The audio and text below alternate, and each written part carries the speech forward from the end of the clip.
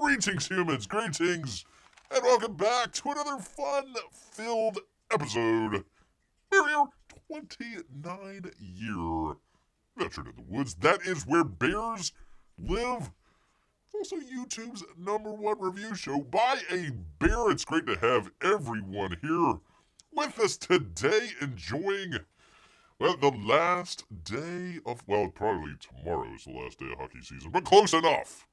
Close enough. Listening into the Bolts. Gonna find out if old Kucherov gets 100 here. Got our claws crossed, people. Claws crossed. There is Bear. Right here, Amy. Bear is here. Yes, indeed. Great to have you here with us. Here today. Gonna go through all of the fun stuff. We've got some great news stories coming up. The last time, Bear's here kind of doing the whole thing, and it's raining missiles down in Israel. Like, where do we... It's not like a breaking news channel. It's not a political channel or anything like that. So, made a mention of it at the beginning, but we didn't really know what was going to happen until a little ways later there. So glad that everybody was safe, secure. Good for them over there. So, we don't try to do the political stuff here, but we'll get into a little bit here and there. But you know what? We would be remiss if we didn't do any campaign updates for you good people. So let's go ahead and get right onto that moments. Let's see. Hello, Amy and Bear says P Money. Finishing up the old sports ball season. It's a sports puck. That's right, Amy. Sports puck. We're making sure that. Let's see. To our right, Mark Jones, and the goal to our left. We're gonna listen in. Go ahead, YouTube. Do your best. I don't care. Don't really care, for crying out loud. Come after Bear. Bear was okay. I apologize, people. They've got the little YouTube studio thing there, where if you've got your little channel, you can see if people watching your videos and whatnot. I was like, oh, okay, checked in with it last night. It's like, oh, hey, somebody's watching one of the Bears Rambo videos. Oh, thank you so much. Awesome.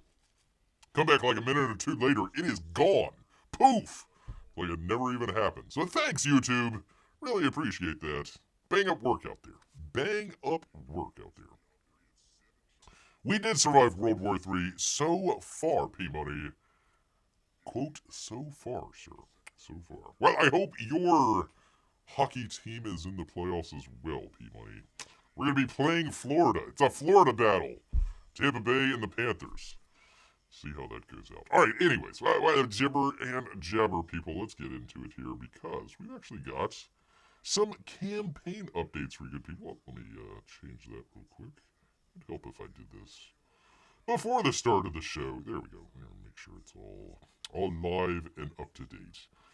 We always try to check in with Uncle Lee out here at 613,418. So congratulations, sir. Keep it up. Doing some good job out there so far. But we need to talk. We do need to talk about people that have been kicked out, gosh darn it, of Comicsgate, including Bear's beloved out here. That would be Irene with the Fiendish campaign. It's getting ready, people. She says, hello, my lovely backer. See, that's why, right there, Bear doesn't try to make a big deal about it, but thank you, Irene. Thank you. Apparently she's in love with Bear. Must have put on quite an impression down there in Tampa. She says, I am happy to announce that all of the books for Fiendish 2.5 have been printed, and they're now on their way to RJ to begin fulfillment this week, people. Here is a picture of the copies of the printer sent directly to me. I think they turned out great, and I can't wait for you to see them also. Man, I really probably should have checked out that black and white cover. That actually looks pretty good. Pretty darn good. She also says, on that note, please do let us know if you've had a change in address. If you're having trouble updating your info yourself, please email her there at that email address so I can make sure your books get to you. Thanks again for your support. That's Rene. And this, of course, is the Fund My Comic out here. So If you've got the Indiegogo campaign, I don't know. I think the book here on the right, the one where he's laying down, I think that is the Indiegogo campaign. So it should come out in the same time. Bear never got the Indiegogo campaign for Fiendish. Just wanted to try it out here with Fun by Comics. So hopefully, if you've got it on Indiegogo and got the extra cover there, it will be coming out relatively quickly. Oh, Lilligren, come on, man. Good job, Tompkins. All right, there we go. Got our backup goalie in there, people. Backup goalie. I know that was everyone's on their pins and needles out here. Oh, goodness. Oh, my goodness. I think it's 4 Canadian teams that look like they're going to make it to the playoffs. Aren't they all the same? I mean, really, Peabody. Aren't they all the same Canadian team? I think so. I think so. Peabody is grumbling right now. Grumbling. He says no. Of course, they're completely different. What the heck, man? What the heck, man? Somehow, Bear, not only with the Florida Panthers and Lightning rivalry, there is also a Comicsgate rivalry out here from Irene straight over to the Malin of Johns. That would be John Malin with his Godlike campaign. Unsubscribe, says Peabody. Well, that's fine. That's fine, sir. That's how it works out. He says, good morning. Well, good morning, John. We've been shipping Godlike this week. You have. I need to keep my eyes out. Please double check that your shipping address is up to date. Instructions in the link below. This is your last, people. Not before, not after. It right now. It is your burping from the sushi earlier. This is your last chance, people. Last chance. Right now. Right now. He says books, trading cards, prints, and stickers have arrived. Everything is looking killer. Here's the final lineup for the project below. And he goes on and talks about the Godlike supplemental, The Lords of Abandon, by Von Clout. Very cool. In Jun, looking forward to that one. That might be pretty interesting. Trading cards by Aaron Alfeche. Prints, yada, yada, yada, all good stuff there. So he says, very excited to get these books to you and all the extras. Thank you for your support on this project and your patience, people. Most importantly is your patience. It was a little late, but that's all right, John. We'll finally get to it. Enjoying to check out Godlike. Godlike, looking forward to that. Always look forward to John's books out there. Sam says there's always drama in Comicsgate. We need to just call it Dramagate. Just forget the comics part. Just call it drama. Dramagate. That's what it would be. Yeah, there we go. Good to see you, Sam. Good to have you here. Once again, from one to another. Let's go. That would be to the G ship. That's Gary Shipman, people. He's got a Titan. Mouse of Might is a heroic awards finalist. Congratulations, Gary. He says Titan Mouse of Might is a heroic awards finalist. I just said that in the category of best story. Very cool. The judges have deemed Titan to be an indie comic finalist, and as such has earned the right to affix this seal to their comics and use in post. Sorry, I was listening to the big. Saved on poll. Got started. Anyways, congratulations, Gary. You can put that, the heroic awards. Very cool. These are some of the best comics out there, but there could be only one, so it should be Titan. To find out who the category winner is, tune into our award ceremony April 27th, 4:30 p.m. Central Standard Time at C282.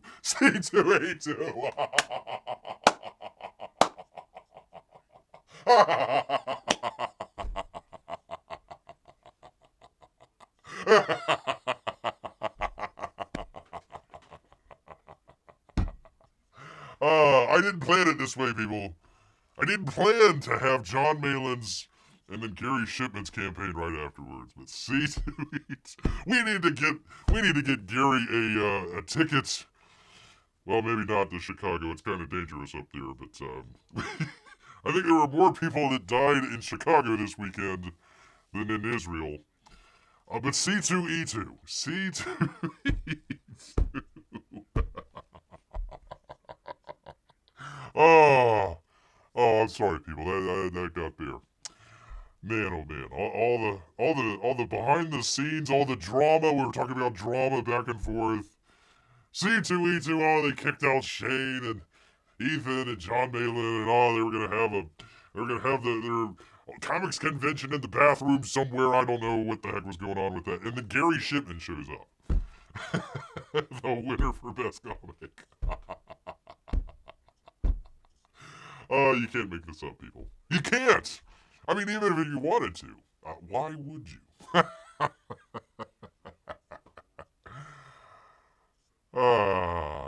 That's it for Bear today, people. I'm sorry that I can't top it. I can't top that. So congratulations, Gary.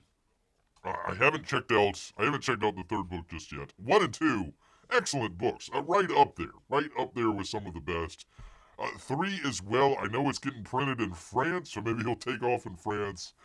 But do if you haven't. I think. Let me just double check. Did I have this in here? No, I don't. But if you go to the description, you can look in the Indiegogo campaigns, and you'll find Gary's campaign there. It's still going. So if you haven't checked out Titan Volume 3, do go check it out. It is a heroic comic, people. C2E2. I got nothing, people. I got nothing else. That's it. Oh, no, wait. I do have more. I do have more.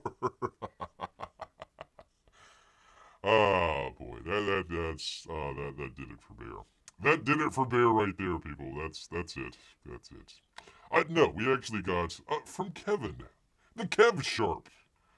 The Kevin Sharp out here. He says, checking in. Hey, Dragonguard fans. Hey! I just wanted to say, appreciate your patience and questions. Towards mid-late last month, I had some pressing family issues. I'm sorry, Kevin. That kept me away from drawing as of last week. I am back. And I'll have some pics of art and colors I'm working on, and we'll post some pics again by next week. Also, I'm wrapping up compiling the art for the art tiers choice for the PDF. The process of the script and details of putting together the art PDF doesn't make for cool pics to include. You gotta jazz it up there just a little bit, Kev. You gotta put some drama in there somewhere, somehow. Just go in there and say, this PDF is in response to Eric July and what he's doing out there. Wait, hold on. Point for Paul. Declare. Come on, Kuch. 3-1 Lightning. You heard that, P-Money. Paul. No Kuch. Gosh darn it. Let's see. Hold on. I'm sorry, people. 1 second here. 1 second here, people. Let's see. Where are we?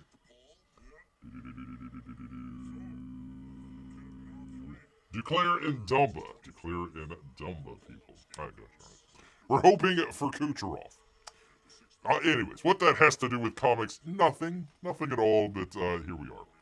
Anyways, Kevin Sharp, he says, look for another update next week. Possibly more art before then as well. Let me turn this down just a little bit. There we go. Good job. 3-1. Take that, Leafs. Take that. Canada.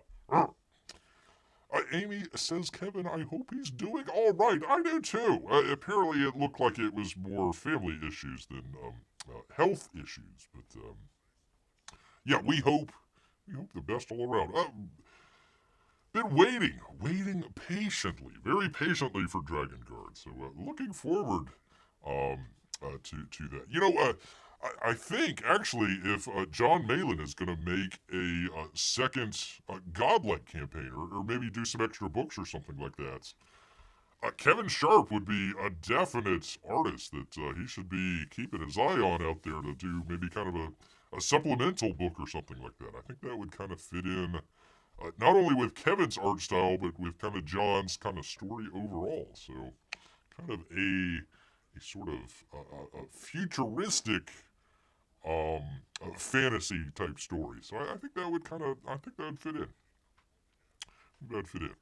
P.I. says, Toronto is just making Lightnings think they have the game. That is true. That is true. The most dangerous lead in all of sports. 2 goals. They think they have the game. Then in the third, Toronto will take it away, he says. We shall see. If Bear had some salmon to put down on that, we will see. Amy says, yeah, Kevin is great. That is true.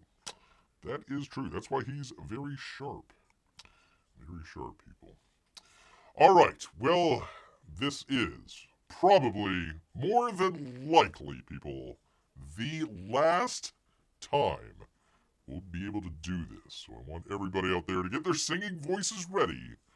La la la la la la. Let me take a drink.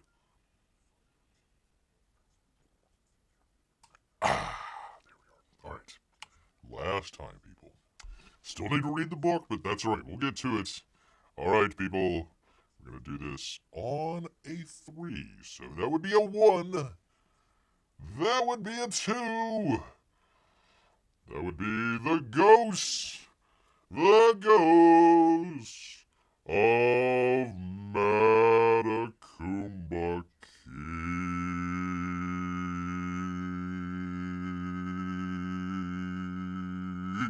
The Ghost of Matecumbe, people. It's done. El finito. El finished, man. It is done. Hello, Goal Gang. Hello. The largest, most complicated fulfillment campaign in comics history. Compass comic history. Is complete, people. Over 3,000 packages shipped by the fulfillment queen, Julie. The last of them going out yesterday, people. She's exhausted and is now enjoying some celebratory wine. Congratulations, madam. There she is. Knocked out. Completely zonkered. Thank you all for your support and patience. We hope you enjoyed this book, and we look forward to bringing you new stories in the future. If you missed any of the previous Compass Comics book, you can always find them on our website. Very cool. I like that they do that. After all of the backers' orders have been fulfilled.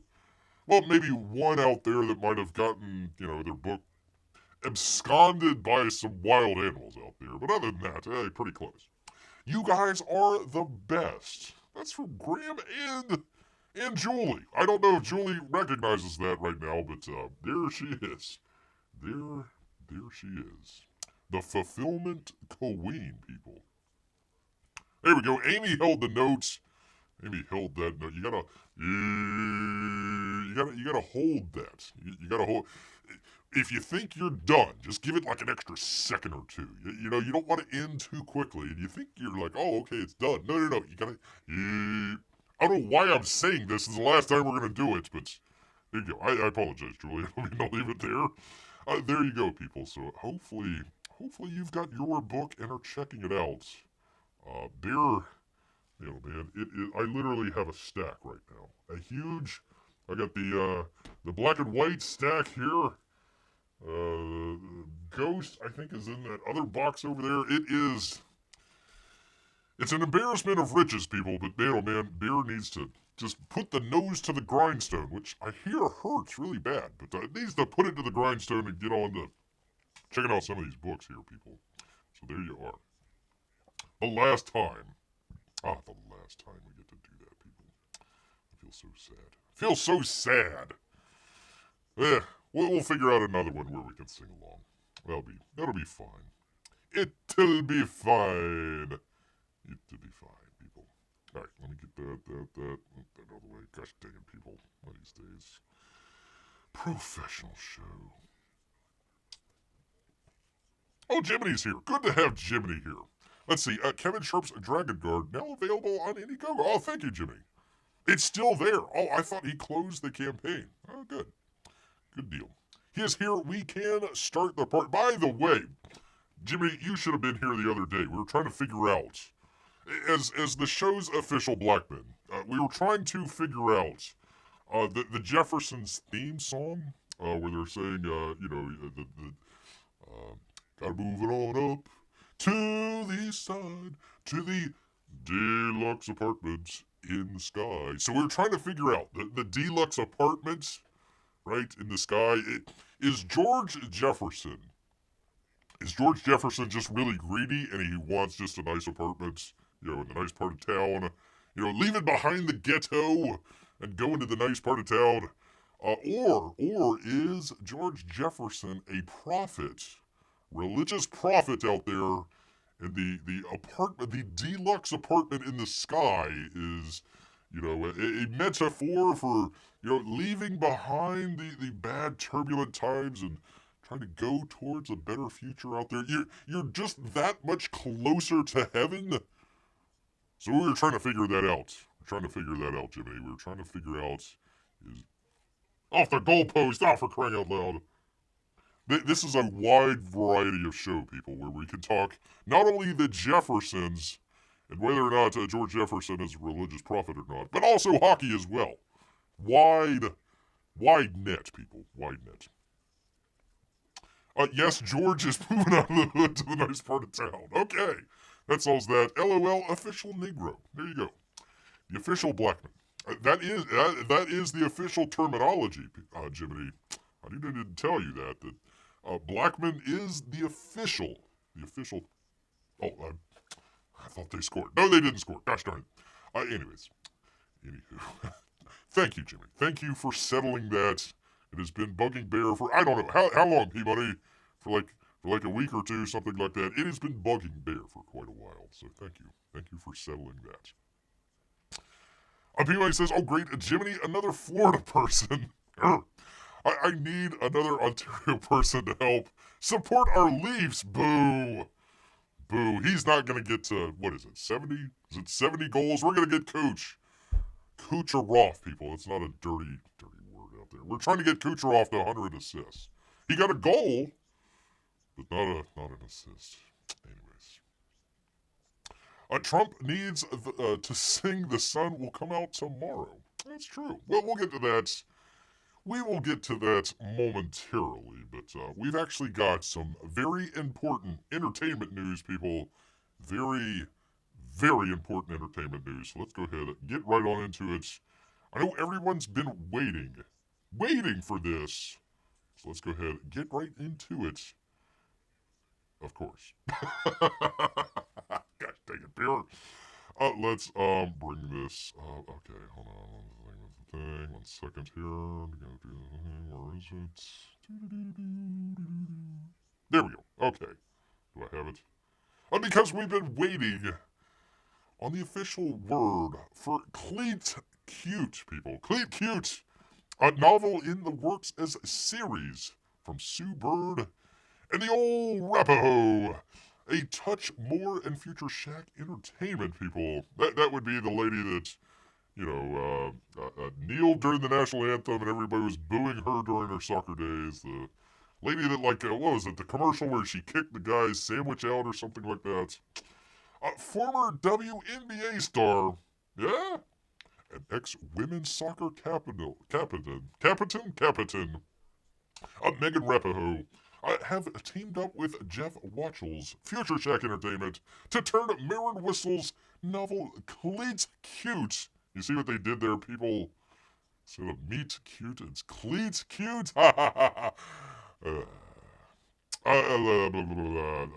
Into a scripted series, people. Bird and Rapahoe's production company, A Touch More, and Future Shack have optioned the book and are in development with the project. No network is attached just yet, but it's coming, people. Lesbian soccer players, everybody's on it. Let's get into it here. The book was published by Macmillan last year. We've all read that. That's been in Oprah's book club, hasn't it? Is described as a mix of Ted Lasso and A League of Their Own. How is that? Whatever. It follows two soccer teammates who are at odds before falling in love as their team gears up for the World Cup. Grace Henderson has been a star of the U.S. women's national team for 10 years, even though she's only 20. Wait a minute. She's only 26. 10 years. Divide the thing, carry over the two. Wait, she's only 16 when she started? How did that work? I don't know. But when she's sidelined with an injury, a bold new upstart, that would be Phoebe Matthews, what a name, takes her spot. The 22-year-old Phoebe is everything Grace isn't, a gracious jokester who plays with the joy that Grace lost somewhere along the way. Look, I mean, is that a face that looks like joy? Not really. Let's see. The last thing Grace expects is to become teammates with benefits with this class clown she sees as a rival. Phoebe Matthews is too focused on her first season as a professional soccer player to think about seducing her longtime idol. But when Grace ends up making the first move, they can't keep their hands off each other. There's no hands in soccer. I'm pretty sure there's not. As the World Cup approaches, and Grace works her way back from injury, miscommunication leaves the women with different perspectives on the relationship. But they're on the same page on the field, realizing they can play together instead of vying for the same position. Hey-o! With every tackle, there's tackles in soccer? I'm not so sure about that. Maybe football. The tension between them grows, and both players soon have to decide what's more important, being together or making the roster. Boy, oh boy, that looks like it's just gonna be literally the best, people. We were talking the other day how there's like literally nothing coming out, with the strikes and everything happen. It's like, no, we finally have the lesbian soccer series. Series? Is it a series or is it a movie? Let me see. A network, so it's got to be a series. Boy, who wants to see 8 hours of a lesbian drama soccer team? Oh boy, that looks like it's something that Bear would skip right on past. Right on past. Let's see. P-Money says, not a chance. Forget it. Okay. He says, let me take a hard thought into whether I'm going to watch this. No, not a chance. Forget it. Not Clean Cute? Not Clean Cute? Come on, man. Anyways, there's that. Let's see. Peter White at the old deadline, people. The old deadline. Which, by the way, just kind of as a little of a side here. So Bear's trying to get ready to do the... we are doing, if you haven't already known about it, we are doing the... almost said Rambo. We are doing the James Bond watch-along. We're going to do James Bond here. We're going to be getting it started off with Dr. No. Very first James Bond movie. Way back in 1962, people. Long time ago. You would think, okay, that's a long time ago. It's like 62 years ago. So I thought that was kind of interesting. It's like, okay, it came out in 1962. We've had 62 years since. All these movies that came out, yada, yada, yada. And like, okay, you take that 62 years, and you look at when the movie actually came out, 1962, and you kind of go back, 62 years from there, and 1900s, right around there, kind of when the first movies were coming out. They had some back in the 1800s, but not really until Edison, the Lumiere brothers, all that sort of stuff came out. 1900 usually kind of a good goalpost there for people in movies and everything. Look at the amount of changes from 1900 to 1962. You're talking about, color, sound, widescreen, all sorts of these things that didn't exist 62 years prior. And then you look at 1962 to 2024 and you're thinking, okay, what are the great, you can maybe count like maybe 4 or 5 things, like Star Wars with all the computer animation and graphics and stuff like that. CGI, Maybe Avatar with the 3D, but like what's the big technical improvement, from 1962 to now? And it's like, you're like Oppenheimer. Oppenheimer, the movie came out, people went to go see it. Like the big thing was that it was an IMAX. It's on a bigger screen than normal. So he's like, oh wow, look at that big explosion. Whee! Then of course you had another hour and a half after that where they're just whatever. So it's like, you think about the movies. We just talked about this one right here, and it's like, okay, we all understand. We all understand that the wokeness, the stupid stuff that they do. Hey, let's have a bunch of lesbian soccer players. That'll make a great series. No, it won't. You think that's definitely part of it. Definitely part of it, but you kind of wonder if the technological improvements over those years that you just don't have enough for people to come out and go see. Like, Oppenheimer was in IMAX, so people wanted to go see that. But like really, like what else would you want to what big new development in the movie, because movies are kind of very technical. Like what's the big technical improvement over those years? And it's like, I don't know, 3D? Or what's the new one? 4D, where they shake the chairs and they blow smoke in your face and all that sort of stuff. Yeah, maybe, really? I don't know. I don't know, man. So, anyways, something Bear was thinking about. P-Money says, yeah, when someone is playing a PlayStation, their first thought is their footwear. Well, speaking of which, P-Money, I've got a title right here for you. PlayStation reveals new sneaker collab with Puma. That would be Logan Moore over here at a comic book. Comicbook.com, I should say. PlayStation is looking to expand its presence in the world of sportswear in an upcoming collab with Puma. In the past, PlayStation... Wait a minute. Was Puma the one that teamed up with Yeezy? Kanye West? Didn't they have all the unsold sneakers? I'm wondering if they just re-glossed over, like rebadged the Yeezy sneakers and just went with PlayStation. They had like millions of unsold sneakers. In the past, PlayStation has been no stranger to crossing paths with various fashion companies, including Balenciaga, Hype, and perhaps most prominently Nike. Now a new such collab of this type is set to kick off in the coming day from Puma, and will be headlined by a pair of sneakers that are decked out in PlayStation iconography. Starting on April... Wait a minute, hold on. Let me check my calendar. That's today, people. April 17th and 18th, 9 p.m. Pacific Standard Time. Do not leave Bear's channel to go check out some PlayStation sneakers, people. Puma will drop in a new array of sportswear that features PlayStation branding. On the clothing front, Puma will be releasing shorts, t-shirts, and hoodies that all happen to feature it just happens to feature PlayStation's iconic symbols. That would be the square, the circle, the triangle, and the X, prominently on the Merc. So there you go. You can see that lady and little kid there, I suppose, wearing the sneakers. And you're like, oh wow, look. Those are the PlayStation sneakers. Instead of, oh wow, those are just some sneakers. Okay.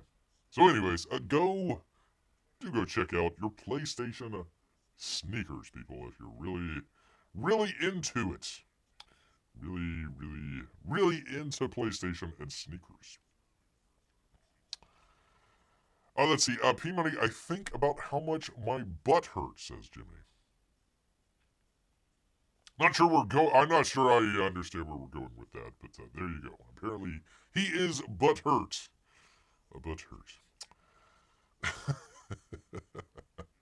Jiminy Cricket, it's why my game console is next to our guest room bed. Aw, the poor guy. The poor guy out there. Well, that's why you're always welcome here, P-Money. 2 minutes for roughing. 4 minutes. 5-on-4. For crying out loud. You stinking refs. Gosh dang it, man.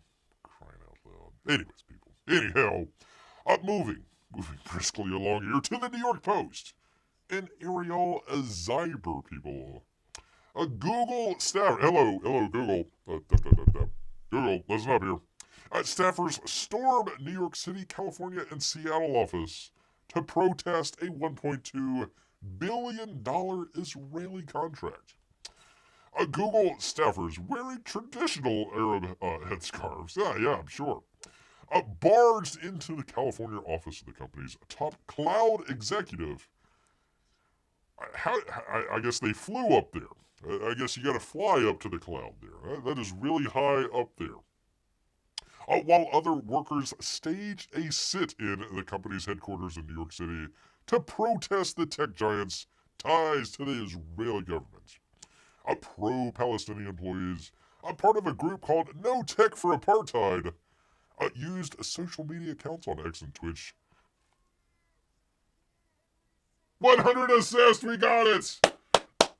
Kuch! Pardon me, people. There it is. You tell him, Phil. You tell Google's probably gonna get me for this, or the story here. Either or, I don't care.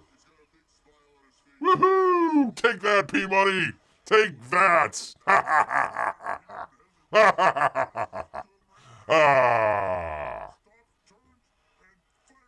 There you go. Nikki Paul. Good deal. Uh-oh, Jiminy's got to go. My wife just got home, and we have to watch Shogun. Well, Jiminy, it's great to have you here, man. Please stop by again. Always enjoy having you here. Our resident Blackman, people. Resident Blackman. He hears Bear talking about hockey, and he says, I'm out of here, man. I'm out of here. I even threw in the sneaker story. He says, no way, man. I'm out of here. Thank you, Jiminy. Hope you have a good one. Bear's having a great one. Bear's having a great one. Take that, P-Money. Take that. There you go. Anyway, where the heck are we at? I apologize, people. They're still cheering. Oh, let's see. Who got the...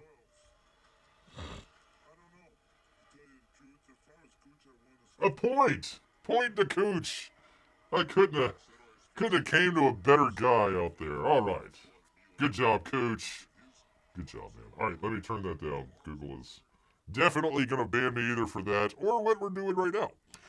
Let's see. No Tech for Apartheid used social media accounts on X and Twitch to post live images and video of their takeover the Sunnyvale, California-based office of Thomas Curran, CEO of Google Cloud. The activist workers read statements denouncing the company over its contract with the Israeli government, which the group accuses of carrying out a genocide and a bombing campaign in the Gaza Strip, following the Hamas massacre of the Israelis on October 7th. Kind of bearing the lead there, aren't you? Wait, they got another one? 5-1.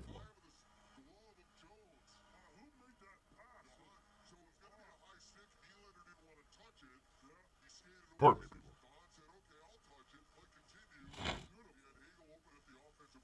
people. Bagel. All right. Good old Hagel. Oops. Definitely gonna be struck now. Let's see. Anyways, it goes on. Yada. They demanded that Google cancel its participation in Project Nimbus, a $1.2 billion contract with Israel that involves the Google Cloud as well as Amazon Web Services. Another group of protesters were seen occupying the 10th floor. Wait a minute. Occupying. How dare you?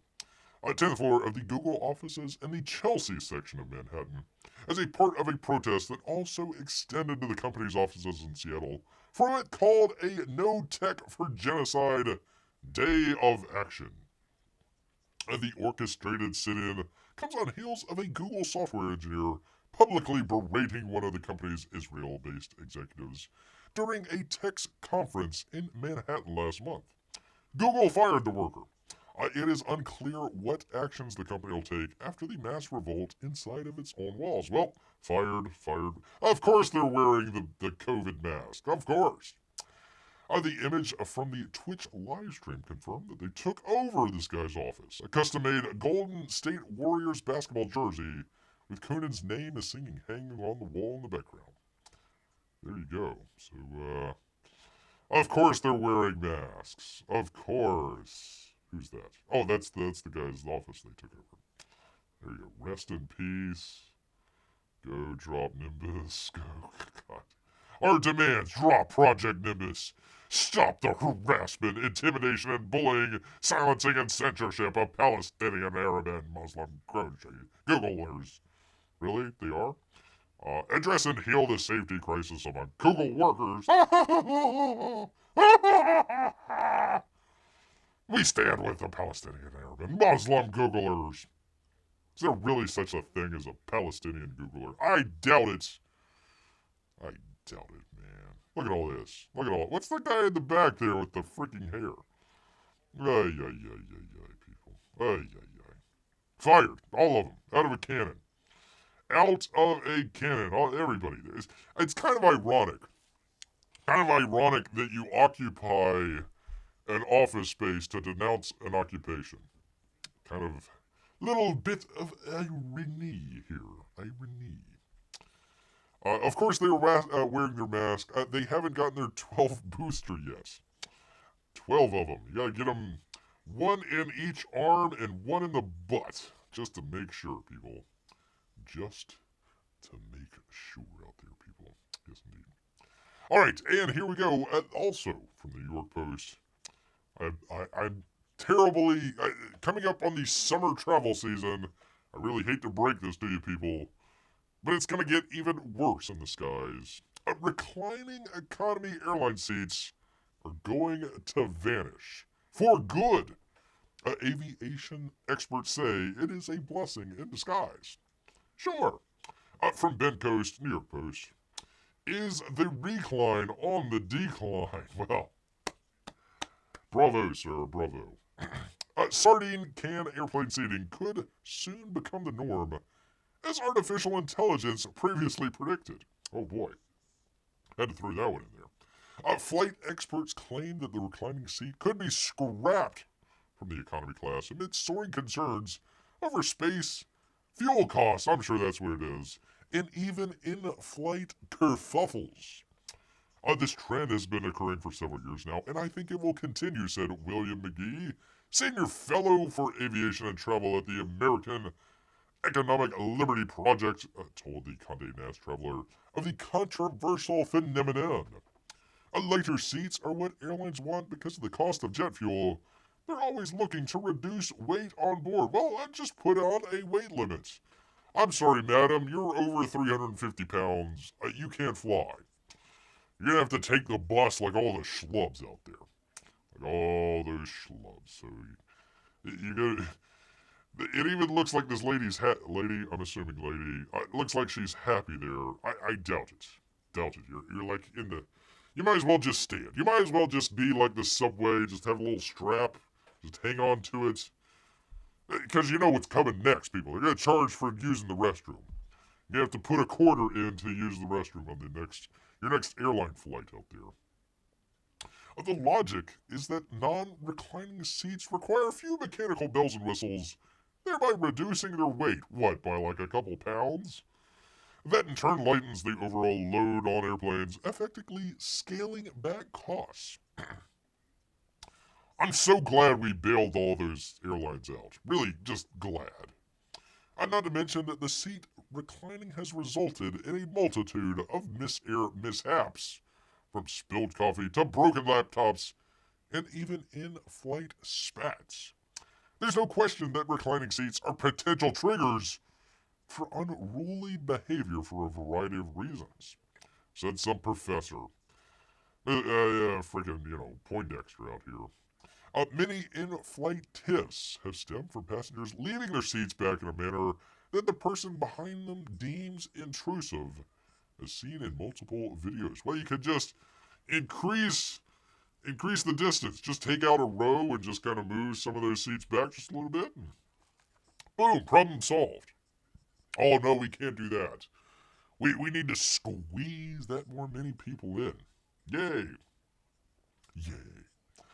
He sees it as part of an overall trend of declining economy class luxuries. I'm not sure if you know what the term economy and luxury means, sir. Which has seen airlines do away with complimentary bag checks Meals, how dare they? And seat selection privileges in the section. Interestingly, non-reclining seats are nothing new. Budget carriers Sprint and Allegiance have offered nearly upright or pre-reclined seat for several years. Several years ago, U.S. airlines like Delta, United, American, and Southwest scaled back coach seats' recline space to just an average of 2 inches instead of the previous standard, a luxurious 4 inches. Yeah, that lady looks real happy. Those aren't. That is not economy class right there. That might be business. Maybe. No, wait, that's no. Unless she's tiny. Well, no, actually, that is the emergency exit, isn't it? Still, that does not look like an economy seat. This comes amid apparent downsizing offensive that came to a head earlier this year after Southwest Airlines unveiled their next generation interiors slated for 2025, which include super thin lounge-style Recaro seats. Oh boy! The accommodations caused a sky-high stir online, people. There you are. There you are. So if you're flying the unfriendly skies and you just want to recline back just a little bit, nope, can't do it. Can't do it at all, people. Can't do it at all. Of course, you got the kid in the background, either kicking or screaming on the, kicking the seat or screaming in your ear or something like that. So, there you go, people. Reclining economy line airline seats going to vanish. Vanish, gonna go poof, people. Kapoof. People may ask, of course, why would I want to be comfortable on an airline? That's true. You gotta pay the big bucks for that. The big bucks. And they're like, oh yeah, we're gonna save money on that. The spoiler alert, people. Your airline ticket, your $200, $300, $400 airline ticket from New York to LA, wouldn't even cover the cost of the airline taking off.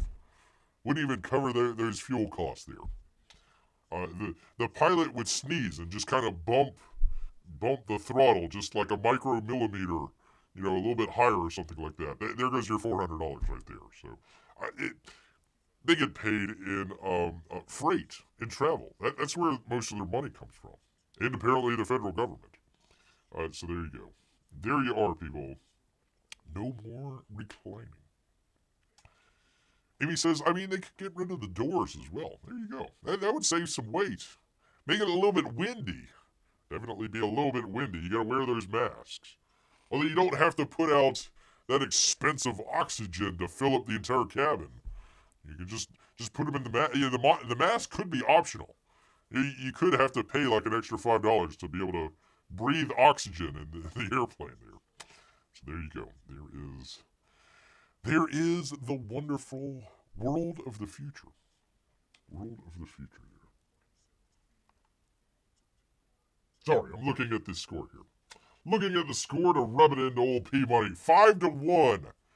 5-1. We're just... the Leafs, they're just lulling us into complacency before they come back with just 6 unanswered goals. I'm sure that's how it's going to work out. I'm sure that's going to be the way that it works out, people. All right, finally from the New York Post. By the way, just by the by here, I always enjoy some of the funny, silly kind of news stories out of the New York Post out there. But one of the main reasons, especially this story right here, Google was the one that helped suppress the old Hunter Biden laptop story from the New York Post. So there you go, Google. Right back at you. Right back at you here. Anyways, that's why Bear sometimes does the New York Post stories here. Trump fumes that the judge in hush money, it's an NDA. It's not hush money. They make it sound so unseemly, like it's some sort of mob operation. Oh, they're going to pay him in hush money. No, it's an NDA. It happens every day in business. The trial could force him to skip son Barron's graduation. Man, when that kid grows up, you better watch out. He is going to be coming at you with a vengeance. with a vengeance. Donald Trump fumed Monday that his Manhattan hush money trial may force him to miss son's Barron's high school graduation, and flashed a tight-lipped smirk as he stood to face the first pool of potential jurors of his peers, I'm assuming, right? Who may decide his fate in the historic case. I was looking forward to that graduation with his mother and father there, and it looks like the judge does not allow me to escape the scam, said Trump to reporters in the hallways of Manhattan Supreme Court after the first day of trial. Trump's attorneys had asked Justice Juan Merchan not to hold the trial on Friday, May 17th, so that the ex-president can attend Barron's graduation at Oxbridge Academy in Palm Beach, Florida. What, a month away, and the judge couldn't even, hey, we'll do it on the 16th, or it would be the 18th, so the 20th. You do it on a Monday, that's fine. Go check out your son's graduation. It's not that big of a deal. You're not a flight risk or anything. I mean, you're literally running for the president of the United States, so I don't think you're going to run to a foreign country. We shall see. But Merchan was non-committal. It really depends on if we're on time and where we are in the very important trial, he said. The back and forth came as a handful of potential jury members were screened in the case charging Trump with forging business records to cover up hush money, a payment to ex-porn star. I'm going to say Stephanie Clifford's. Everybody says Stormy Daniels. She does actually have an actual name, not the porn name. Stephanie Clifford's. Ahead of the 2016 presidential election. That's what turned it, people. That's what turned it. The trial, the first criminal prosecution of a U.S. president, could last up to 8 weeks and will run every weekday, except for Wednesdays. What the heck? What has he got, like a judge got something to do on a Wednesday? What's going on here, man? What's going on here, man? God, that kid's tall, too. Look at that. Holy cow. He's got to be like 8 feet tall. Ay, ay, ay. Trump's attorneys also requested to excuse the former president next Thursday, in order for him to attend a Supreme Court argument on immunity claims he raised in another criminal case. But Merchan didn't bite. Yeah, I'm more important than the freaking Supreme Court. Oh, okay. Arguing before the Supreme Court is a big deal, and I can certainly appreciate why your client would want to be there. But a trial in New York Supreme Court is also a big deal. No, it's not. No, it's not. You're a loser. You're a loser. You loser, Judge. Get out of here. You're fired. Judge, you're fired. I will see him here next week, Merchan added. The ruling led to more ire from Trump in the hallway.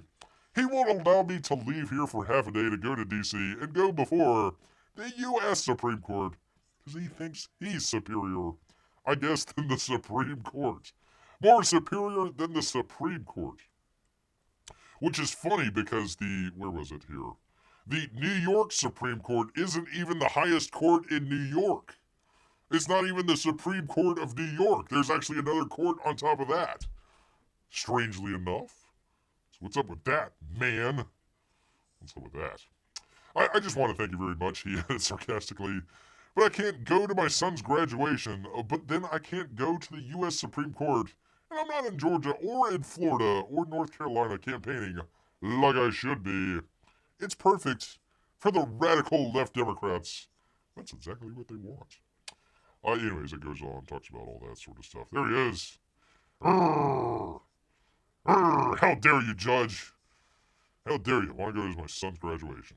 I only got, well, he's got more than one son, but you know what I mean. I only got one son that's graduating this year. You're making me stay here, man. Where's my Rick? Where the hell's my Rick? That's not going to happen. Not going to happen, Judge. Where are we here? Come on, Rick. Where are we here? Come on, do the thing with the thing. Come on, Rick. Where are we? There we go. There we go. Damn it, Judge. First you won't let me go to the Supreme Court to argue for my immunity? And now you won't let me go to my son's graduation? Well, that's not going to happen, Judge. That's not gonna happen. Dun dun dun dun dun dun dun. Favorite clip of all time, people. Of all time.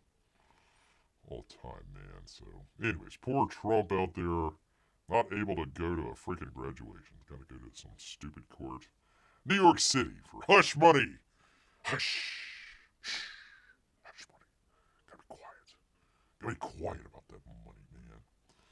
Gotta be quiet about that. So, anyways, that's where the thumbnail came from. I like that. Pretty funny.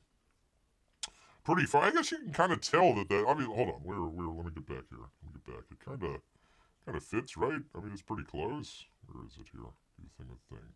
I think pretty close, right? More or less. Not really. Makes him look fatter, right? He kind of looks fatter in the what do you call that?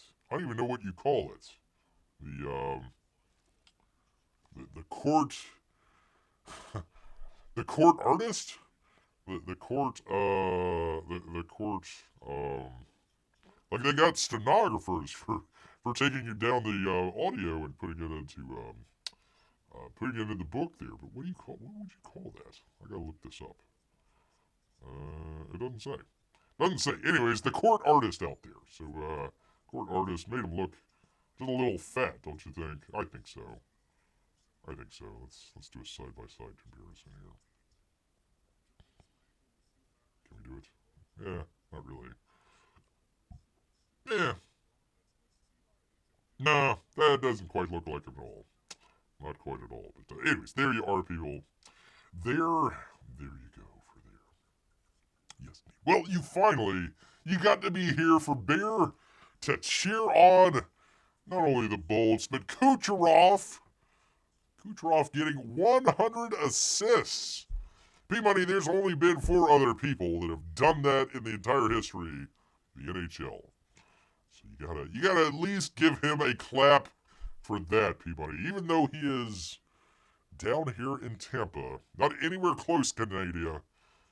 Man, oh man, there you go. So you got to hear it live. And Bear's reaction, too. He was very much paying attention to that news story. Very much so. Have they actually found 12 impartial jurors yet? They were trying to move it to, like, Staten Island. They says, we can't get a fair trial here. Let's just move it not to Alabama or Mississippi or anything like that. Let's just move it to Staten Island. And try and get a little bit better representation there. Nope. It's got to happen in Manhattan. Got to. Plenty of his peers here in New York City. They'll probably just bring in some illegal aliens just for the hell of it. It's like, wait a minute. You're having an illegal alien who shouldn't even be in the country on the jury pool? How's that work? Not sure. Clap for Kucheroo. No. Kucherov.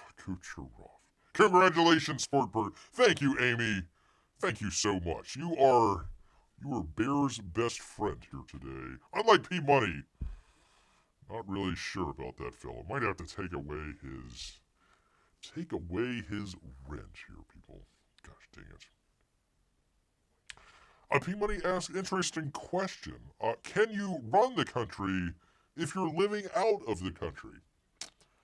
Well, I mean, they take trips like all around the world. And they kind of still, they got Air Force One where they can still do stuff. So, I mean, yeah, it's technically possible. I would assume so. Might not look the best, but yeah, you're just running the country from like Barbados or something like that. Just on the beach. Like, yeah, okay, bomb Iran? Yeah, sure, go right ahead. Where's my margarita at? Where is my margarita at? That was the important thing. Amy says, I guess it is a court artist. A court artist. Well, there you go. There you are, people. Yes, indeed. Well, anyways, there you are, people. We actually got to witness history here, right here on this very channel. We'll see if YouTube allows it to stay up, but we shall see. Coming up, we are going to be going into the playoffs here, so I need to keep an eye out. The first game is on Sunday, so if it happens to land on a Saturday or Wednesday, Of course, that's going to screw up Bear's schedule, especially if it's 8 o'clock or something like that. So keep an eye out. Bear might change it up just a little bit. We'll still do it on the same day, but it might be later or earlier. So just keep an eye out for that. I will let everyone know with the community post. Just keep an eye out for that. Want to still continue to do the shows, but it might be either earlier in the day or a little bit later on, where you'll either hear Bear in celebration or in the agony of defeat, one or the other. So people could probably just twist the knife in right there for Bear. So I don't know. We hope we go all the way this year. Yes, indeed, all the way instead of losing last year to the dang Leafs the first round. Crying out loud. Of course, they didn't do too well after that. But that's all right. That's another story for another day. Another story for another day. All right, I want to thank everybody that came out. Amy, possibly Melissa as well. Sam, if you're still here. Hope you're still here. Of course, Jiminy, our resident Blackman, telling us how to look at George Jefferson. We finally know how out here. And of course, all of our Russian bots and lurkers. We appreciate each and every one of you. But you know what? All of this celebration has made Bear hungry. So he's going to head back into the woods. So until next time, people.